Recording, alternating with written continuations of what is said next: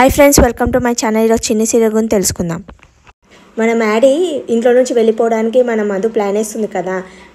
నువ్వు వెళ్ళిపోవాలి, ఊళ్ళో వాళ్ళు మా పరువు తీస్తారు, మా అమ్మ నాన్న ఎంత బాధపడతారు పరువు పోతే, మీ అమ్మ నాన్న గిట్ట చాలా బాధపడుతున్నారు కదా, వెళ్ళిపో నువ్వు మా ఇంట్లో నుంచి వెళ్ళిపోయి మీ ఇంటికి వెళ్ళిపో అని అంటే, సరే మధు నేను వెళ్ళిపోతాను, నువ్వు అంతగా బాధపడుతున్నావు, నీకు శ్రమగా ఉంటే నేను వెళ్ళిపోతాను మధు అని పాపం మ్యాడీ బాధగా చెప్తాడు. మధు ఇదేంటి, నేను కోపంగా మాట్లాడితే ఇంట్లో నుంచి వెళ్ళిపోతాడు అనుకున్నాను, కానీ నేను బడంగా అనుకొని ఫీల్ అయ్యి ఇట్లా మాట్లాడుతున్నాడు ఏంటి, నా బడాన్ని తగ్గించడానికి మీ ఇంట్లో నుంచి వెళ్ళిపోయినా కానీ నేను మా ఇంటికి మాత్రం వెళ్ళను అని మ్యాడీ.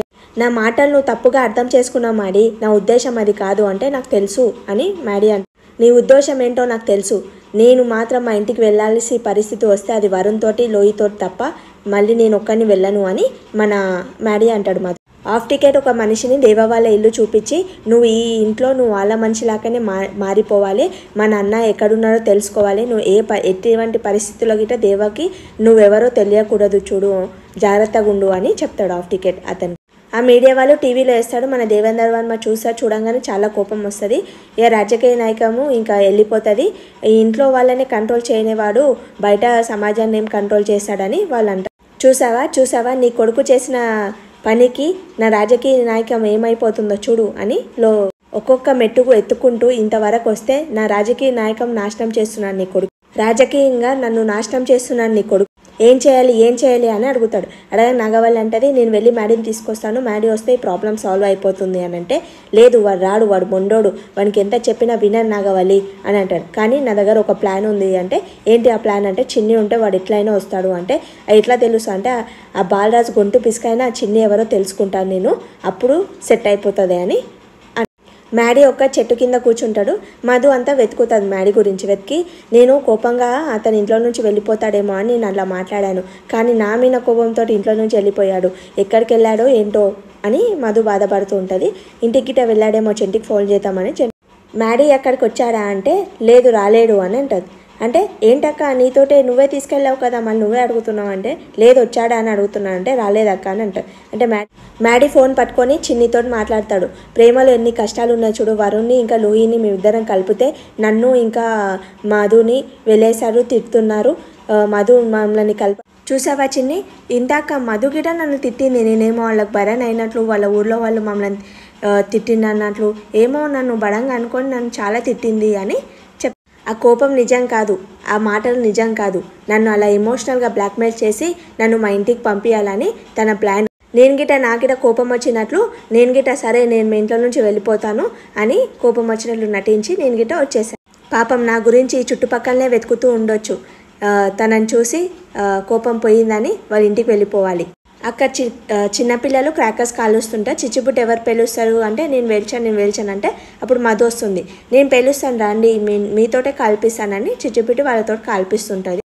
అక్కడ మ్యాడీ వచ్చి నా మీద కోపం పోయిందా అంటే, నీకు పోయిందంటే, నీకు పోతే నాకు పోయినట్లే, సేమ్ డైలాగ్, నీకు పోతేనే నాకు పోయినా, కోపం పోయిందనే కదా మీరిద్దరు ఇలా నవ్వుకుంటూ మాట్లాడుతున్నారు, అవును కదా, అక్కడ కూర్చొని ఏం చేస్తున్నావు అని అడుగుతాను మధు.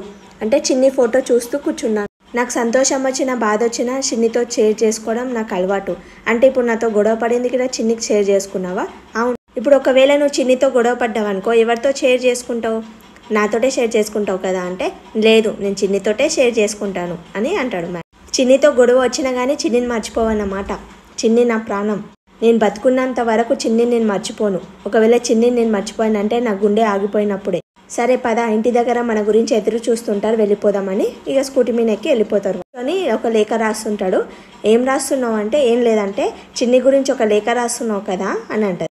ఇక్కడ ఇప్పుడు నేను చూస్తానంటే, ఇంకా రాయలేని రాసినాక చూపిస్తానంటే, నువ్వు ఎప్పుడు చిన్ని గురించి ఆలోచిస్తావా అంటే, అవును నా లైఫ్ అంబిషనే చిన్నిని చూడడం, చిన్నితోటి మాట్లాడడం అని అంటాడు. మధు ఒక కొత్త సిమ్ వేసుకొని మ్యాడీకి ఫోన్ చేస్తుంది.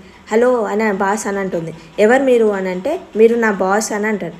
అంటే 6 అడుగుల అందగానికి ఫ్యాన్స్ ఉండరా ఏంటి, గిటార్ వాయించే వాళ్ళకు ఫ్యాన్స్ ఉండరా, మీరు కాలేజ్లో గిటార్ వాయించడం పాట పాడడం చాలాసార్లు చూశాను సార్, అందుకనే మీకు పెద్ద ఫ్యాన్ అయిపోయాను, అండి గిండి అనకండి, నువ్వు అనొచ్చు కదా, ఎవరో మీరు తెలియంది నేను ఎలా నువ్వు అని అంటానండి, నువ్వెవరు తెలియని నాకెందుకు ఫోన్ చేస్తున్నావు, తీసేయడానికి ఎందుకు ఫోన్ చేసావని ఫోన్ పెట్టడానికే పోతాడు. నువ్వు ఫోన్ పెట్టేసినా కానీ నేను దగ్గర వచ్చి నిన్ను కలుస్తాను చూడు అని అంటాడు.